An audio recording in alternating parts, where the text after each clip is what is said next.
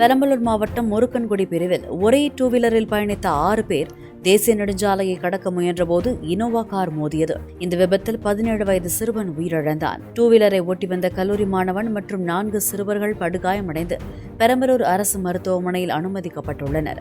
Driver உள்பட காரில் இருந்தவர்கள் சம்பவ இடத்திலிருந்து தப்பிய நிலையில் மங்களமேடு போலீசார் விசாரணை நடத்தி வருகின்றனர்.